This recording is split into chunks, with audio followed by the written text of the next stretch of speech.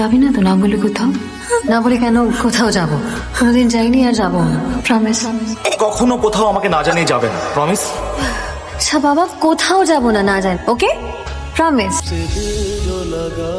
সবার থেকে ভালোবাসতে হয়, সবার থেকে, শুধু নিজেকে ভালোবাসে।